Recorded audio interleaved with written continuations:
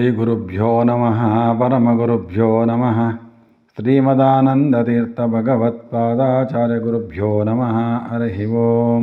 ಉಗ್ರಂ ವೀರಂ ಮಹಾವಿಷ್ಣುಂ ಜ್ವಲಂತಂ ಸರ್ವತೋಮುಖಂ ನರಸಿಂಹಭೀಷಣಂ ಭದ್ರ ಮೃತ್ಯುರ್ನಮಾಮ್ಯಹಂ.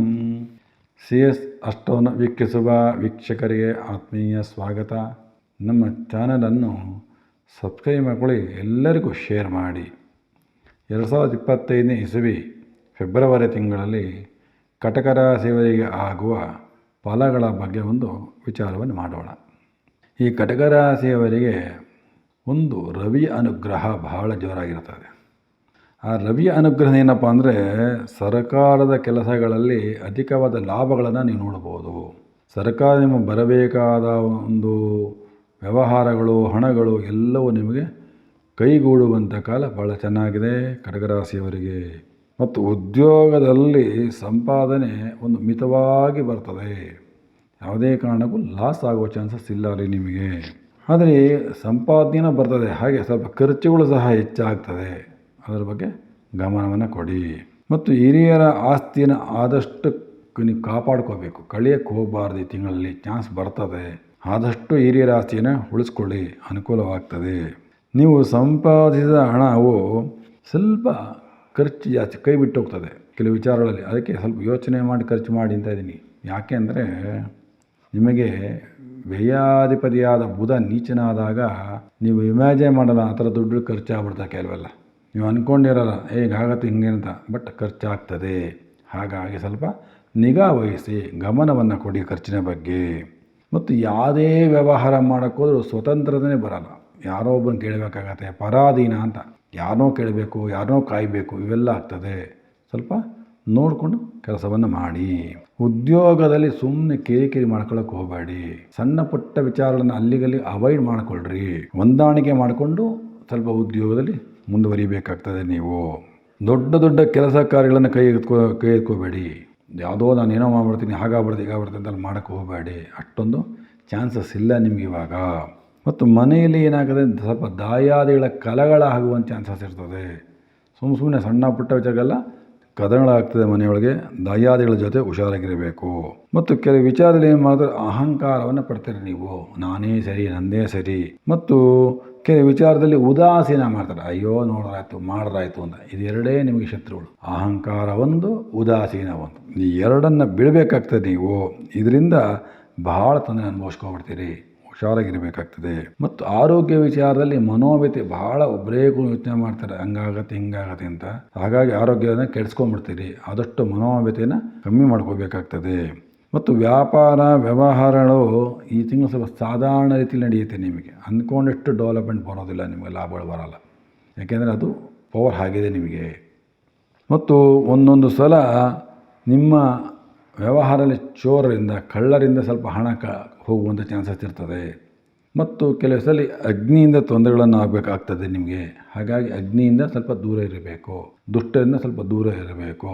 ದುಡ್ಡು ಕಾಸು ವ್ಯವಹಾರದಲ್ಲಿ ಆದಷ್ಟು ಗುಪ್ತ ರೀತಿಯಲ್ಲಿದ್ದರೆ ಭಾಳ ಒಳ್ಳೆಯದು. ತೋರಿಸ್ಕೋಕೆ ಹೋಗಬಾರ್ದು ಅನ್ನೋ ವಿಚಾರ ಅಷ್ಟೇ. ಮತ್ತು ಶುಭ ಕಾರ್ಯ ಮಾಡಲು ಹೋಗಿ ವಿಪರೀತ ಖರ್ಚು ಮಾಡಾಕ್ಬಿಡ್ತೀರ.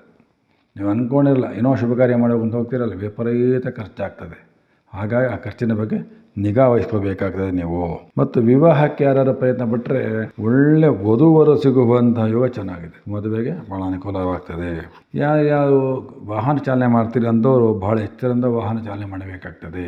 ಹಾಗಾಗಿ ಯಾಕೆಂದರೆ ಸ್ವಲ್ಪ ಶನಿಯ ತೊಂದರೆಯಿಂದ ವಾಹನಗಳಲ್ಲಿ ತೊಂದರೆಗಳಾಗ್ಬಿಡ್ತದೆ. ಹಾಗಾಗಿ ಹುಷಾರಾಗಿ ಕೆಲಸ ಮಾಡಬೇಕಾಗ್ತದೆ. ಮತ್ತು ಯಾವುದೇ ಒಂದು ವ್ಯವಹಾರ ಮಾಡೋಕ್ಕೋದ್ರೆ ಏನೋ ಒಂದು ಸಿಕ್ಕುಗಳು ಕಾಯ್ಕೊಂಡು ಕೂತಿರ್ತದೆ. ಆ ಸಿಕ್ಕುಗಳು ಪರಿಹಾರ ಮಾಡಿಕೊಂಡು ಮುಂದುವರಿಬೇಕಾಗ್ತದೆ. ಗುಪ್ತ ವ್ಯವಹಾರ ಮಾಡೋಕ್ಕೆ ಹೋಗಬೇಡಿ. ಇವರು ಗೊತ್ತಿಲ್ದಂಗೆ ವ್ಯವಹಾರ ಮಾಡೋಕ್ಕೆ ಹೋಗಬೇಡಿ. ನೀವೇನು ಮಾಡ್ತಿರೋದ್ರೆ ನಿಮ್ಮ ಮನೆಗೆ, ನಿಮ್ಮ ಫ್ಯಾಮಿಲಿಗೆ ತಿಳಿಸಿ ಆ ವ್ಯವಹಾರವನ್ನು ಮಾಡಿ ತೊಂದರೆ ಆಗೋಲ್ಲ. ಗುಪ್ತ ವ್ಯವಹಾರ ಮಾಡಿಕೊಂಡ್ರೆ ತೊಂದರೆಗಳು ಅನುಭವಿಸ್ತೀರಿ.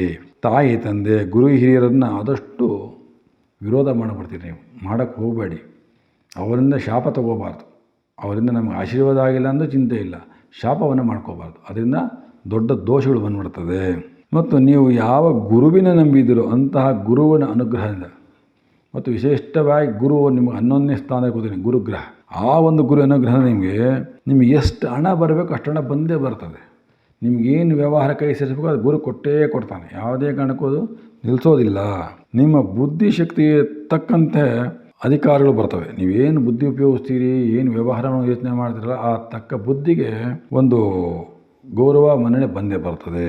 ಮತ್ತು ಈ ತಿಂಗಳಲ್ಲಿ ಭಾಳ ದುಡಿಮೆಶೀಲರಾಗ್ತೀರಿ, ದುಡಿತಾನೇ ಇರ್ತೀರಿ. ಏನೋ ಒಂದು ವ್ಯವಹಾರ, ಏನೋ ಒಂದು ಕೆಲಸ, ಕಾಲಿಗೆ ಗಾಡಿ ಹೆಜ್ಜೆ ಕಡೆ ಹೊಡ್ತಾ ಇರ್ತೀರಿ, ಗಾಡಿ ಕರ್ಕೊಂಡು ಹೋಗ್ತೀನಿ, ಗಾಲಿಂತಲಾಗೆ ಕರ್ಕೊಂಡು ಹೋಗ್ತಾ ಇರ್ತೀರಿ ಮತ್ತು ಸದಾ ದುಡಿತೀರಿ. ಇದರಿಂದ ಸಹ ನಿಮಗೆ ಸ್ವಲ್ಪ ನಷ್ಟಗಳು ತಗ್ತದೆ ನೋಡಿ. ವ್ಯವಹಾರದಲ್ಲಿದ್ದರೆ ನಷ್ಟಗಳು ಭಾಳ ಕಮ್ಮಿ ಆಗ್ತದೆ ನಿಮಗೆ.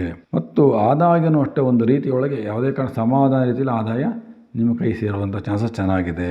ಮತ್ತು ಬ್ಯಾಂಕ್ ವ್ಯವಹಾರ ಮಾಡುವಂಥದ್ರಲ್ಲಿ ಭಾಳ ಬ್ಯಾಂಕು, ಸೊಸೈಟಿ ವ್ಯವಹಾರ ಯಾರು ಮಾಡ್ತೀರಲ್ಲ, ಅವರು ಸ್ವಲ್ಪ ಹುಷಾರು ನೋಡ್ಕೊಂಡು ವ್ಯವಹಾರ ಮಾಡಿ. ಅಲ್ಲಿ ಬ್ಯಾಂಕಲ್ಲಿ ಸಾಲ ತೊಗೋಬೇಕಾದ್ರೆ, ಕೊಡಬೇಕಾದ್ರೆ, ಹಣ ಇಡಬೇಕಾದ್ರೆ, ತೊಗೋಬೇಕಾದ್ರೆ ಮತ್ತು ಪಾರ್ಟ್ನರ್ಶಿಪ್ ವ್ಯವಹಾರ ಮಾಡಬೇಕಾದ್ರೆ ಸ್ವಲ್ಪ ಅಲ್ಲಿ ಸಿಕ್ಕುಗಳಾಗುವಂಥ ಚಾನ್ಸಸ್ ಜಾಸ್ತಿ ಇದೆ. ಆ ಸಿಕ್ಕು ಮುಂದೆ ಪರಿಹಾರ ಆಗಲ್ಲ. ಹಾಗಾಗಿ ಸಿಕ್ಕು ಮಾಡ್ಕೊಳ್ಳೋಕೆ ಹೋಗಬೇಡಿ, ಆದಷ್ಟು ನೋಡಿಕೊಂಡು ಮುಂದುವರಿಬೇಕಾಗ್ತದೆ.